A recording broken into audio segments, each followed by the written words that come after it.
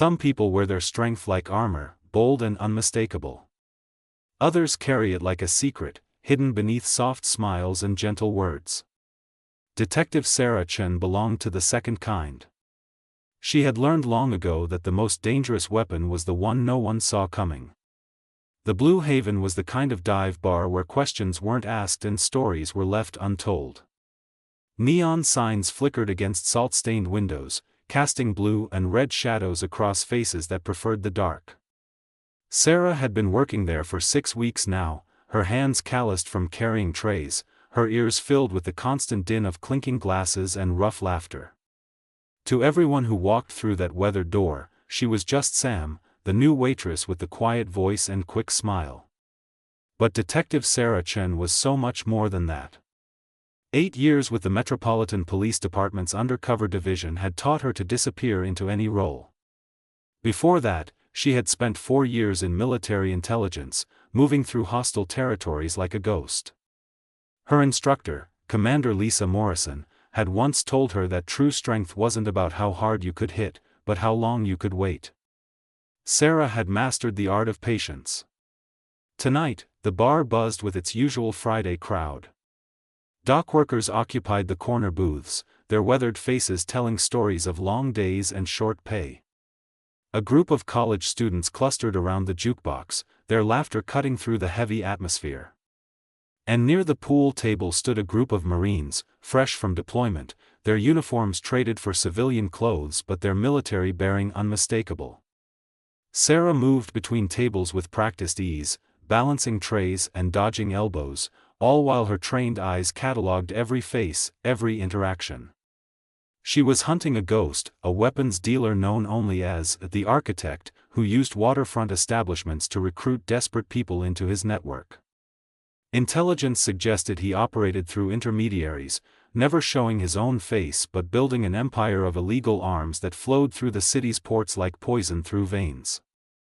Her handler, Captain Marcus Webb, had briefed her thoroughly. The Architect's recruits often started as military personnel, people with weapons training and security clearances. They would approach targets in casual settings, bars and gyms, testing loyalty with careful questions disguised as friendly conversation. Sarah's job was to be approachable enough to attract their attention but unremarkable enough to stay beneath suspicion. As she wiped down a table near the Marines, one of them caught her attention.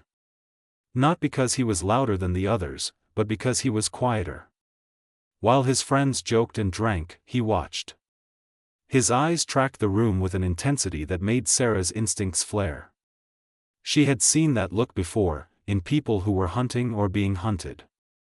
He was built like a wall, shoulders broad beneath his black shirt, hands scarred from combat or training. His friends called him Corporal Davis, and they deferred to him despite their joking manner. When Sarah approached to take their order, his eyes locked onto hers for just a moment too long. "What can I get for you, gentlemen?" she asked, her voice carrying the slight weariness of someone working a double shift. "Round of beers," Davis said, his voice deep and measured. "And whatever the lady wants." He gestured to Sarah with a smile that didn't reach his eyes. "I'm working, but thank you," Sarah replied with practiced politeness, already sensing the shift in atmosphere. "Come on, sweetheart," one of his friends chimed in, louder and clearly drunk. "Davis here doesn't often show interest in anyone. You should feel honored." Sarah kept her smile in place even as her mind calculated distances and exit routes. "I'm flattered, but I really need to keep working. 1 beer each?" Davis leaned forward, his massive frame suddenly dominating the space between them. "You know, you don't seem like the usual waitress type. There's something different about you." The words seemed casual, but Sarah heard the test beneath them. This wasn't just a drunk Marine hitting on a waitress. This was an interrogation disguised as flirtation. Her pulse quickened, but years of training kept her face neutral. "Different how?" she asked, playing along while her hand instinctively moved closer to the knife she kept tucked in her apron. "Careful," Davis said, his smile widening. "Like you're watching everything. Like maybe you're looking for something or someone." Before Sarah could respond, his hand shot out and grabbed her wrist with crushing force. The friendly mask dropped completely from his face, replaced by something cold and calculating. "Who sent you?" he demanded, loud enough that the bar began to quiet around them. Sarah's world narrowed to a single point of decision. Her cover was compromised, but how much did they know? And more importantly, how many of them were involved? When shadows fight. The grip on Sarah's wrist was meant to intimidate, to control. Davis had probably subdued dozens of people this way, using his size and strength to overwhelm resistance before it could begin. But Sarah Chen hadn't survived 8 years undercover by being easy to intimidate. She didn't pull away or struggle. Instead, she stepped closer, using the movement he didn't expect. Her free hand moved in a blur, striking a precise nerve cluster just above his elbow. Davis's hand spasmed open involuntarily, and Sarah twisted away, putting the table between them. "I don't want trouble," she said, loud enough for the whole bar to hear. "Just let me do my job." But Davis was already moving, his face twisted with something beyond simple aggression. "You're not a waitress," he snarled, vaulting over the table with surprising speed for someone his size. "We've been watching this place for weeks. You showed up exactly when the tip said someone would." The words confirmed Sarah's worst fear. They knew about the investigation. Someone had leaked information, and now she was trapped in a room full of potential enemies with no backup in sight. Her emergency signal button was in her car, useless. Her backup team was 30 minutes away, too far. Davis's friends were standing now, forming a loose circle around her. 5 Marines, all combat-trained, all blocking the exits. The other bar patrons were already moving toward the door, sensing violence about to break. Smart people knew when to disappear. "Listen," Sarah tried once more, hands raised in a placating gesture. "I think there's been a misunderstanding." "No misunderstanding," Davis said, pulling something from his pocket. "Not a weapon, but worse.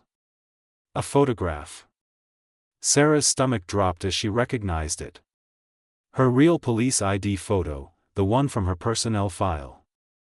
"Detective Sarah Chen, Undercover Division. We know exactly who you are." The situation had gone from bad to catastrophic. If they had her photo, they had access to police databases.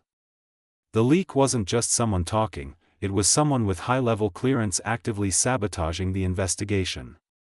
One of Davis's friends, a lanky Marine with sergeant stripes tattooed on his forearm, moved behind the bar, blocking her path to the back exit. "The architect doesn't like cops poking around his business," he said conversationally. "Sends a bad message." So they were part of the architect's network. Sarah's mind raced through possibilities. If she could take them down, get them to talk, maybe the compromise of her cover would be worth it. But 5 against 1 were terrible odds, even with her training. Davis lunged without warning, a feint followed by a grabbing motion aimed at her throat. Sarah dropped low, sweeping his legs, but he was ready for it, jumping back and immediately pressing forward. His training was evident in every movement. This wasn't a bar brawler, this was someone who knew how to fight. She grabbed a beer bottle from a nearby table, smashing it against the edge to create a jagged weapon. Not her preferred choice, but improvisation was survival's closest friend. Davis circled carefully now, more respectful of her abilities. "Where'd you learn to move like that?" he asked, genuinely curious. "They teaching cops parkour these days?" "Military intelligence before police," Sarah replied, using conversation to buy thinking time. "For years overseas. I probably trained at the same bases as you." Something flickered in Davis's expression. Respect, maybe, or recalculation. But it didn't stop him from attacking again, this time in coordination with the sergeant behind the bar. They'd done this before, worked as a team to overwhelm opponents. Sarah launched herself onto the bar top, using the high ground to deliver a devastating kick to the sergeant's temple. He crumpled, but the movement left her exposed. Davis grabbed her ankle and yanked hard. She crashed onto the bar, bottles and glasses exploding around her. Pain shot through her ribs where she landed. Before she could recover, hands were on her, 3 Marines now, pinning her down. The broken bottle skittered across the floor, useless. Davis's face appeared above her, blood trickling from a cut on his cheek where flying glass had caught him. "Nothing personal," he said, pulling out a phone. "But the architect pays better than the Marines ever did, and he really wants to meet you." Sarah's heart hammered. Being taken by the architect meant disappearing, probably permanently. She had to break free now, or there might not be another chance. She relaxed completely, a tactic Commander Morrison had drilled into her. When they felt her go limp, their grips loosened just slightly, expecting unconsciousness or surrender. That slight loosening was all she needed. Sarah exploded upward with every ounce of strength she had, head-butting the Marine on her left, using the momentum to roll right. Her elbow drove into another's solar plexus, and suddenly she was free, diving toward the front door. She almost made it. Her hand was on the handle when something slammed into her from behind. Davis, moving with desperate speed, crashed into her with his full weight. They went through the door together, tumbling out onto the rain-slicked street. Sarah rolled to her feet, ready to run, but froze. 6 more men stood in the parking lot, clearly waiting. This wasn't a chance encounter. This was a trap, carefully planned and perfectly executed. And in the middle of them, illuminated by a streetlight, stood a man in an expensive suit. Even before Davis spoke, Sarah knew who he was. "Detective Chen," the architect said pleasantly, as if they were meeting for coffee instead of a kidnapping. "I've been very curious about you, the light that breaks the dark. They say courage isn't the absence of fear but the choice to act despite it." Standing in that parking lot, surrounded by armed men with nowhere to run, Sarah Chen understood that truth more clearly than ever. Her body ached from the fight, her chances of escape were nearly zero, but giving up had never been in her nature. The architect stepped closer, his polished shoes clicking on wet pavement. He was older than she expected, maybe 60, with silver hair and the kind of face that belonged in boardrooms, not criminal enterprises. That was probably his greatest weapon, the respectability that let him hide in plain sight. "You've been quite persistent, detective," he said calmly. 8 weeks working in that miserable bar, watching and waiting. That takes dedication." "It's my job," Sarah replied, keeping her voice steady despite her racing heart. "Ah, but it's more than that, isn't it?" The architect gestured to Davis, who handed him a tablet. "I've read your file thoroughly. Top marks in military intelligence. 3 commendations for valor. You tracked a terrorist cell for 6 months through mountain villages where one wrong word meant death. You don't just do your job, Detective Chen. You become it completely." There was something unsettling about being truly seen by someone who wanted you dead. Sarah said nothing, conserving energy and calculating possibilities. 6 men plus the architect and Davis. Her backup was still miles away. Her phone was back in the bar. She was alone. "I want to offer you a choice," the architect continued. "These men here, they work for me because I pay well and ask few questions. But you work because you believe in something. Justice, perhaps, or duty, or maybe just the idea that some people need protecting from others. I respect that, even if I don't share it. What's the choice?" Sarah asked, knowing there was no real choice at all, only a test. "Walk away. I'll disappear, rebuild somewhere else, and you'll never find me. You can tell your superiors you got too close and I ran. They'll believe you. Your record speaks for itself. You'll keep your career, your life, your integrity mostly intact." He paused, his smile cold. "Or you can refuse, and we'll dispose of you quietly. The waterfront is full of places for people to disappear." Sarah thought of Commander Morrison, who had taught her that true strength wasn't in never being afraid but in choosing what mattered more than fear. She thought of Captain Webb, waiting somewhere nearby with a team ready to move if she could just give them a signal. She thought of all the weapons that would flow through the architect's network if she let him walk away, all the lives that would end in violence she could have prevented. "I'm curious," Sarah said slowly. "How did you know about me? Who leaked the information?" The architect's smile widened. "Does it matter? There's always someone willing to sell secrets for the right price.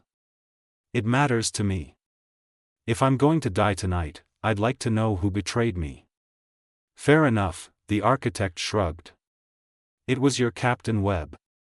He's been on my payroll for 3 years. How do you think I've stayed ahead of every investigation?" The words hit Sarah like a physical blow. Marcus Webb had been her mentor, her handler, the person she trusted most in the department. The betrayal was more painful than any wound from the fight. But even as shock washed through her, a small part of her mind noted something important. If Webb was compromised, he wasn't coming with backup. She truly was alone. And strangely, that realization brought clarity. No one was coming to save her. No cavalry charge at the last moment. Just her skills, her will, and her choice about who she wanted to be. Sarah smiled, a real smile that confused the architect. "You made a mistake," she said simply. "Really? And what was that?" "You told me what I needed to know. And you assumed I came here without a backup plan." Before anyone could react, Sarah pulled the small emergency beacon from her belt and pressed it. Not the standard police signal that went to Webb's compromised team, but a personal one that went directly to Commander Morrison's private security firm. The same woman who had trained her, who had told her to always have an exit strategy that didn't depend on official channels. "That won't save you," the architect said, but there was uncertainty in his voice now. "Maybe not," Sarah admitted. "But I'm not trying to save myself. I'm trying to stop you." She moved then, not toward escape but toward the architect himself. Davis tried to intercept her, but Sarah had fought him before and knew his patterns. She ducked under his grab, using his momentum to propel herself forward. 2 more men closed in, but she was already inside their reach, too close for them to use weapons effectively. Her training took over, muscle memory forged through thousands of hours of practice. Strike, move, deflect, adapt. She wasn't trying to win the fight, just to create chaos, to buy time for Morrison's team to arrive, to gather evidence with the recording device hidden in her belt. A fist caught her temple, sending stars across her vision. Another blow to her ribs drove the air from her lungs. She was losing, knew she would lose, but she kept fighting because that's what you did when nothing else remained. You fought. Through the pain and fading consciousness, Sarah heard sirens. Not police sirens, but something else. And then the parking lot exploded with light and sound. Morrison's team came in fast and hard, professional operators who knew exactly what they were doing. The fight shifted in seconds. Later, sitting in an ambulance with a blanket around her shoulders and bandages on her cuts, Sarah watched them lead the architect away in handcuffs. Davis too, along with the others. Captain Webb would be arrested within the hour, Morrison assured her. "You could have run," Morrison said, sitting beside her. "When you realized you were alone, you could have prioritized survival." "Would you have?" Sarah asked. Morrison smiled. "No. That's why I trained you. Because I saw someone who understood that some things matter more than survival. Some principles are worth bleeding for." As dawn broke over the city, Sarah thought about courage and fear, about the choices we make when no one's watching and there's no guarantee of reward. She thought about all the weapons that wouldn't reach the streets now, all the lives that might be saved by her refusal to walk away. Her body ached and her career would be complicated for a while as the department investigated Webb's corruption. But Sarah felt something she hadn't felt in months. Peace. The kind that comes from knowing you made the right choice, even when it was the hard one. Because at the end of every story, what matters isn't whether you won or lost, but whether you stayed true to who you were when everything was on the line. Sarah Chen had been tested in that parking lot, not just physically but morally. And she had chosen to be exactly who she'd always been, a protector, a fighter, someone who stood between darkness and the people who needed light. Some people wear their strength like armor. Others carry it like a secret. But the truly strong are those who choose courage when fear would be easier, who choose principle when survival would be simpler. They are the quiet storms that change the world one hard choice at a time.